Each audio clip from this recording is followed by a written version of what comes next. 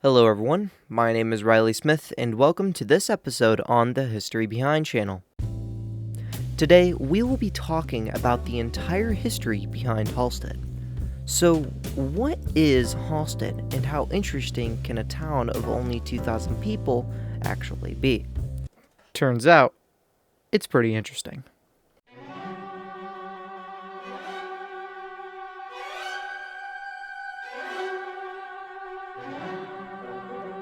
Most of the entire idea of Halstead comes from the railroad, as many other small towns did at the time.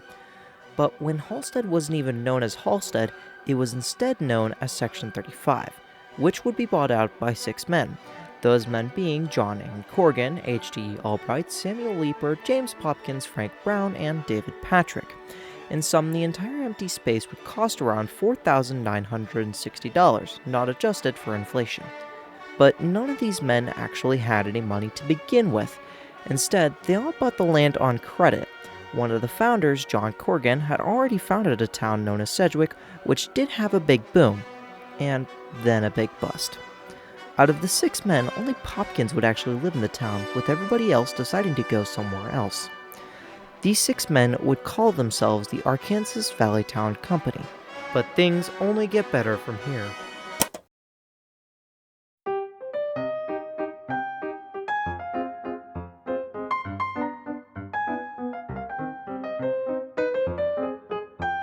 So that's how Halstead was founded, but how did the small town actually get its name?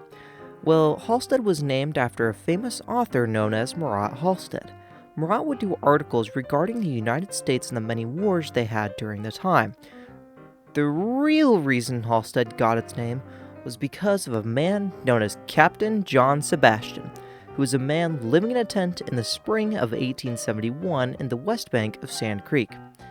Most of the entire reason John Sebastian was even in Kansas was to make money as everyone else. But Sebastian was well known for not having any ethics, according to Judge R.W.P. Muse of Newton. Captain John Sebastian would also have claims to being a close friend of Murat Halstead, although this was probably true because Murat promised to give a town a bell if they named a public building after him. Sebastian would also have claims to Section 35, which was a problem because the Arkansas Valley Town Company would purchase the land. Needless to say, Sebastian did not win this case, but the Arkansas Valley Town Company would keep the name Halstead for the promise of the bell. Halstead was organized into Sedgwick County originally, but when Newton received a railroad and Wichita didn't, there was a problem. Wichita desperately wanted a railroad, so in order to get one, Wichita had to give up 10 northern townships to form a new county, known as Harvey County, being named after Governor Harvey.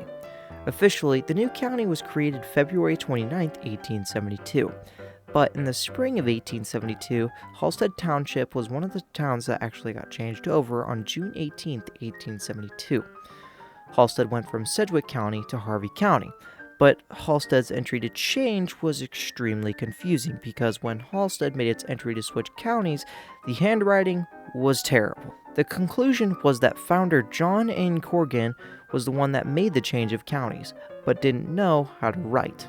The first settlers to ever get here would be a group of Quakers, and after the Quakers would show up after some time, Mennonites would also arrive in Halstead. The original Mennonites had arrived from the Summerfield, Illinois area and were brought here to scope out the land and see what they wanted to purchase. While the Mennonites were staying at a hotel, a gunshot was heard across town. When the scene was cleared, it was learned that one of the founders, Samuel Leeper, ended up getting shot by his brother-in-law because he rode his horse on his brother-in-law's property. Needless to say, even in the late 1800s, the in-laws of some families still never got along. During the night of March 7th of 1873, a fire would break out in the Gore's publication building, where a lot of flammable material was being used and stored. Firefighters were quick to respond, but when multiple stores were consumed by the fire, it was all too late. The fire destroyed 3 buildings: Lemons Bros General Store, M.S. Ingalls Drug Store, and David Gore's Western Publication Co. Ingalls and Lemons managed to stay, but Gores had to move to a different town. The firefighters had managed to stop the fire from spreading, but the damage was reported to cost around $100,000 today, but it would still take the stores over 5 years to recover completely.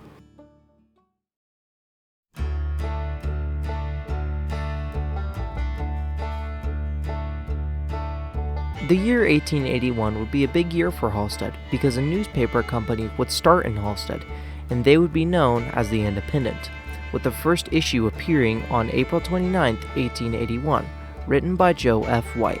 Joe F. White would be the owner, editor, reporter, and printer. Needless to say, this man was very busy. The Independent, after a short time, would change ownership quite a bit because money started to become a problem. A rival newspaper company known as the Herald would also challenge the Independent, but Joe F. White would surprisingly return to buy both the Herald and the Independent. So far it's 1882 and things are looking up for Halstead. Many reporters are giving the town a good look, going from the size of around 300 people to almost 1,000, and with an estimated growth of 2,000 by next year. This was enthusiastic, because Halstead just passed 2,000 people in the 2020 census. Anyways, the Halstead Bank would open its doors on March 10, 1882, in a rented building on the 200 block of Main Street. It had an authorized capital of $100,000, but only $10,000 would be paid up. Funnily enough, while the Halstead Bank was still trying to become a bank in the state's eyes, they didn't have enough money. But with the help of the Moundridge Bank, they managed to pull up enough money to certify themselves as a bank in the state of Kansas. The bankers have moved money from wagons and kept the money right underneath their seats. Even with the farmers being extremely poor and with times hard, the wagons were never robbed.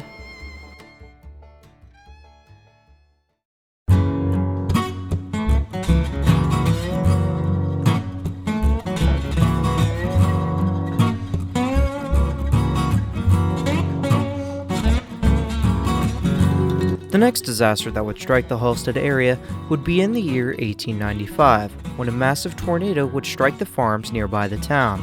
A local doctor in Moundridge had heard about the incident and had traveled to Halstead to provide care. Seeing the possible prosperity and opportunity that Halstead had, Dr. Hertzler would set up his operations in Halstead, becoming known as the Horse and Buggy Doctor. As Dr. Hertzler's fame had grown, it became necessary for him to establish a new clinic in 1902. While Dr. Hertzler was making major strides in country medicine, the Halstead sports team would also have its first major mark, winning the state boys basketball championship in 1908, and achieving another state championship in 1909, plus the AVI Railroad being built through Halstead in 1911. By the year 1919, when World War I had fully ended, a man by the name of Adolf Rupp would graduate Halstead. Adolf Rupp was well known for being Halstead's unofficial basketball coach for the team, gaining Halstead multiple victories, but Adolf Rupp would not be finished at high school. Rupp would go on to become the head basketball coach for the University of Kentucky in 1930. Halstead High School would honor the Kentucky coach by making the Adolf Rupp tournament.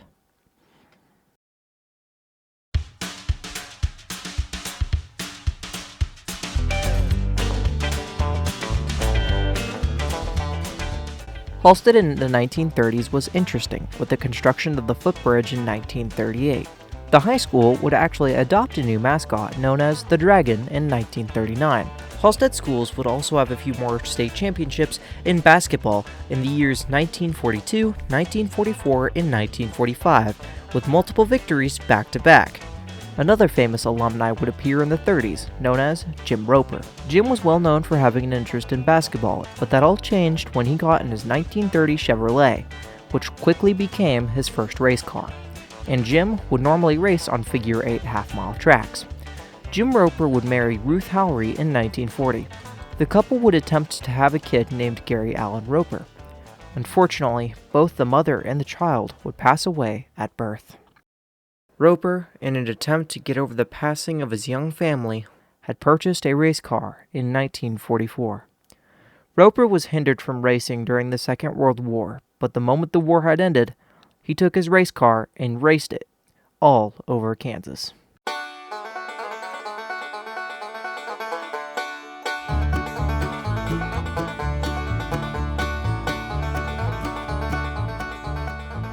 Jim would gain the nickname Alfalfa Jim. Some would say he got this by crashing his car through a fence into a hayfield and then returning onto the track, finishing the race with some crops still strewn inside of his car. Jim Roper would go on to win in 1949 at Charlotte Speedway, North Carolina, an event that would be sanctioned by Nascar.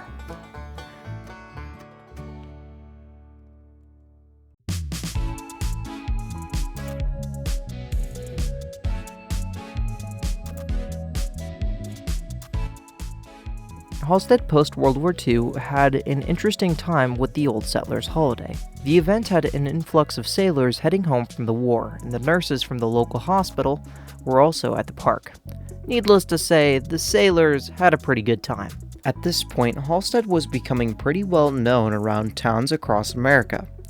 In fact, it was becoming so well known that it would even get a part in a movie. This movie is known as Picnic. Picnic was a movie that had multiple scenes in Halstead showcasing Riverside Park.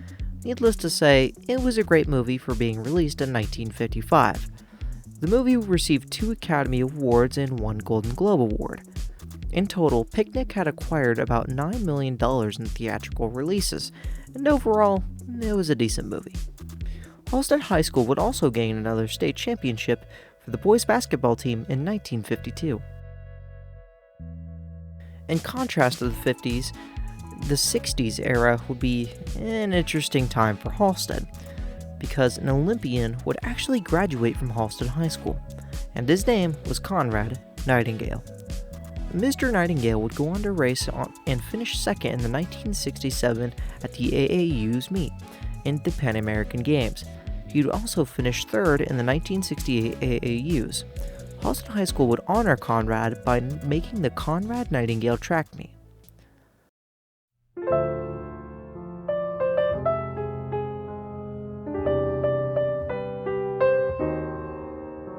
It's May 15th, 1961, and the Halstead Bank had just moved locations to a more modern building.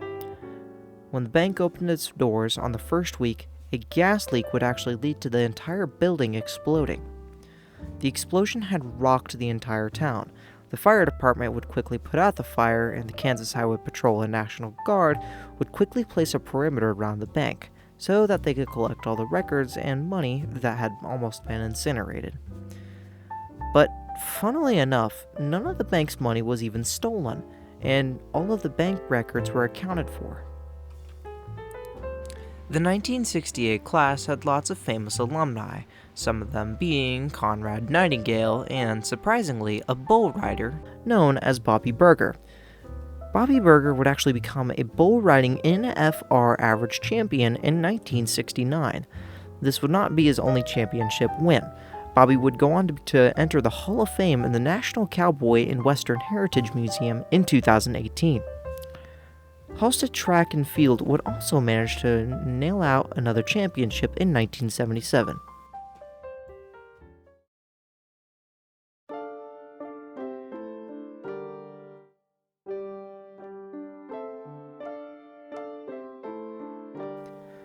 Now it's the 80s, and it's a prime time for punk rock and funk. Halstead High School would achieve more than its fair share of accomplishments during the time, with track and field girls winning the 1981 championship, shortly followed up by the boys in the 1986 championship. Golf would also have its own state championship in 1981. The Halstead Hospital was also getting bigger, way bigger than its past 1940 self, and things were seemingly looking up for the town. Education was at an all-time high, and the momentum was going. But all of that was about to change. It's the 1990s, and Halstead is running into a problem. The river flooding was normal, but this was at a massive cost to everyone living in the town. With building codes and everyone needing to get flood insurance, the people of Halstead said enough is enough. So it was time for Halstead to receive flood control systems. Halstead's flood control system would be a brand new dike that would span most of the river to protect the entire town. The total cost to build the dike would actually have a federal cost of $8,325,000 and an estimated non-federal cost of $2,775,000. The dike would be finished and the floodgates would be built. With the dike being built, Halstead High School would go on to win a few more state championships, with the 1998 track and field girls going on to winning state.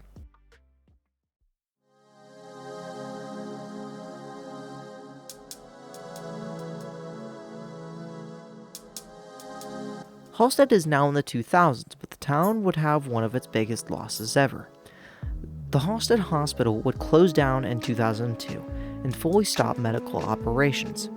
Then, a man by the name of Rekus would buy the building in 2008, and so leaving the building standing to this day. Rekus would go on to stating that renovations were being made, but with an empty parking lot slowly withering away and boards covering up broken windows, it's highly doubtful that any progress has actually been made. The lighter side of things, Halstead High School would go on to winning a few more state championships, winning the 2001 Boys Basketball State Championship, alongside debate, winning a few state championships in 2003.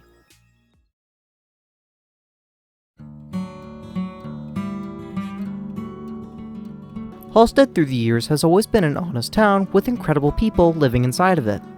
Someone I do need to give amazing credit for is the Halstead Historical Society.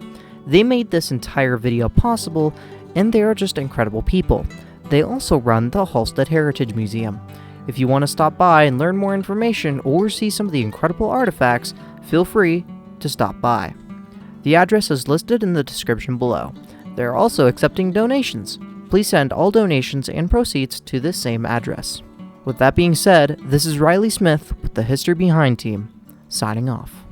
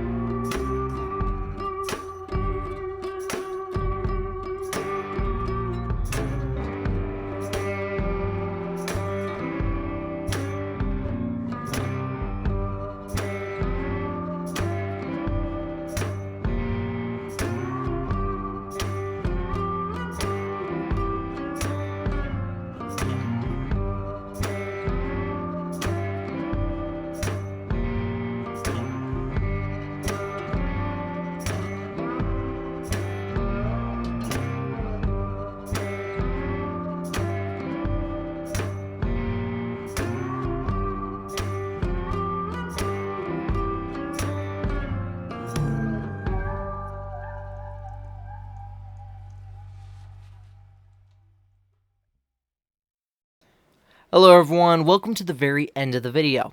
I'd like to announce just one thing before we leave. I have started a brand new website. It is simply the History Behind website. I don't have a domain for it yet, but we're still working on that. But for now, it's just my previous portfolio website that has been changed over to the History Behind website. And one more thing, the History Behind is going through some changes. We are working on a massive project to tell the entire stories of many small towns across the Kansas Plains area.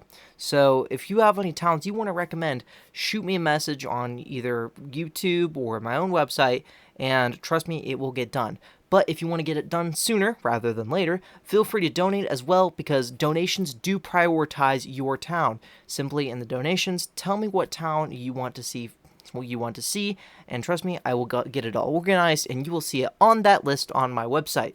Also, every Monday, the website will have its news page updated. So, yeah, I'll be giving you basic updates to everything that's going on, and basically everything that's happening within the History Behind community. We keep growing every day, and that's all because of you guys and how much support I've been getting from not only friends, family, but from everybody else. But that's everything from me. If you want to see more content like this, do subscribe, please. It does help me out a lot. But other than that, it's me, Riley Smith. I'll be seeing you later.